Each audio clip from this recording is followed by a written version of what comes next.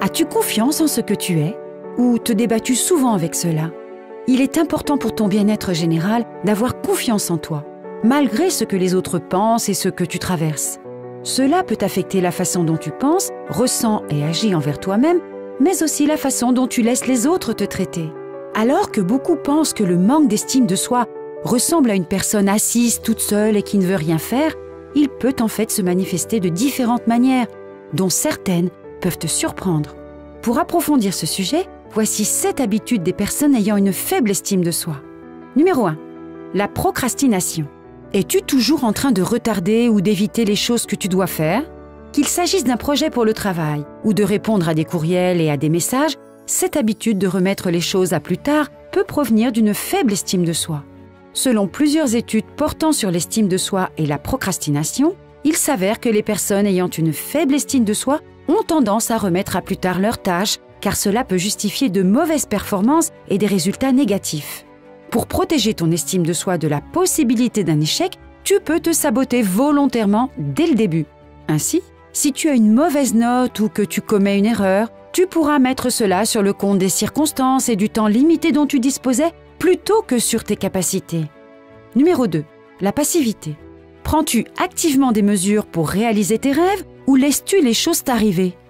Une autre habitude que tu peux développer en ayant une faible estime de soi est la passivité. Cela peut signifier être désintéressé et désengagé des activités quotidiennes ou laisser passer les opportunités sans y réfléchir. Lorsque tu as une faible estime de soi, tu peux croire que tu n'es pas capable d'atteindre tes objectifs ou de réaliser tes rêves.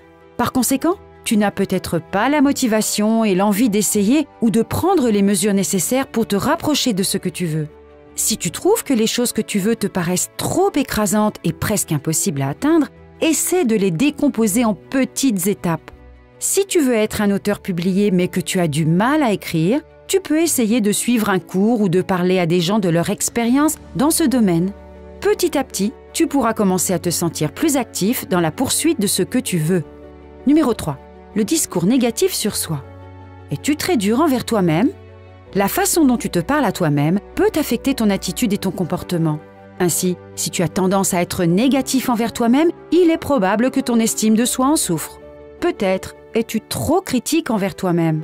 Tu te blâmes pour des choses qui sont hors de ton contrôle ou tu te concentres toujours sur le côté négatif des choses au lieu de regarder la situation dans son ensemble. En fin de compte, si tu ne t'entoures que de critiques et de négativité tout le temps, ta santé mentale et émotionnelle va plonger. Donc, si tu remarques que tu as tendance à être très négatif, tu peux essayer d'être plus conscient des choses que tu te dis et te demander si elles sont vraies. Ces pensées t'aident-elles ou te tirent-elles inutilement vers le bas? Numéro 4. L'isolement. As-tu ignoré les appels et les invitations de tes amis dernièrement? Il est normal de vouloir s'isoler de temps en temps, mais cela peut devenir une source d'inquiétude lorsque tu commences à t'isoler pendant longtemps de tous ceux qui t'entourent. En lien avec le dernier point, une faible estime de soi peut entraîner des pensées et des croyances négatives, comme le fait de penser que tu n'es pas digne d'être ami ou aimé, ou croire que tu es un fardeau pour ton entourage. Par conséquent, tu peux commencer à t'isoler de tes proches. Malheureusement, en faisant cela, tu peux finir par ruminer encore plus, souvent au point de ne plus correspondre à ce qui est vrai et réel. C'est pourquoi il est important de sortir et de rencontrer des gens pour empêcher ces pensées négatives de prendre le dessus. Numéro 5. Faire plaisir aux gens. Est-ce que tu acceptes des plans malgré le fait que tu sois occupé et non disponible juste parce que tu ne veux pas contrarier quelqu'un? Lorsque ton estime de soi est faible, tu peux te tourner vers la satisfaction des autres pour te sentir validé et accepté. Bien qu'il soit certainement bon de vouloir aider et de prendre soin des autres, cela peut devenir un problème si tu le fais uniquement pour obtenir l'approbation, ou si tu finis par sacrifier toute ton énergie ou ton bien-être mental pour cela.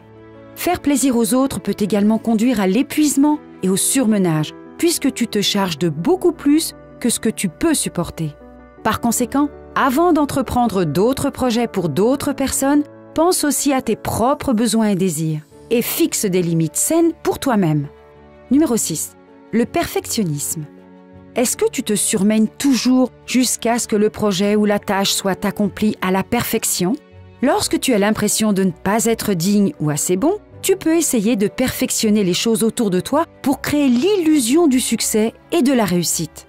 Si tu as une faible estime de soi, tu peux craindre que les autres pensent que tu es incompétent et compenser en essayant de tout faire parfaitement. Cependant, comme il est impossible d'y parvenir, tu risques de te retrouver encore plus stressé et débordé, parfois jusqu'à l'épuisement. Alors, même si c'est difficile à admettre, essaie de te rappeler qu'il est humain de commettre des erreurs. Et numéro 7, être incapable d'accepter les compliments. Comme tu te sens mal à l'aise lorsque quelqu'un te félicite pour un travail bien fait. Selon une étude portant sur la relation entre l'estime de soi et les commentaires positifs, les personnes ayant une faible estime de soi ont tendance à avoir plus de mal à accepter les compliments. Cela s'explique par le fait que le sentiment de dévalorisation que tu perçois contredit les commentaires positifs que tu reçois. Par conséquent, tu peux te trouver dans l'incapacité d'accepter les compliments ou penser que ce qui est dit est faux, ou à cause d'un malentendu. As-tu du mal à voir ta valeur ? Fais-nous en part dans les commentaires ci-dessous.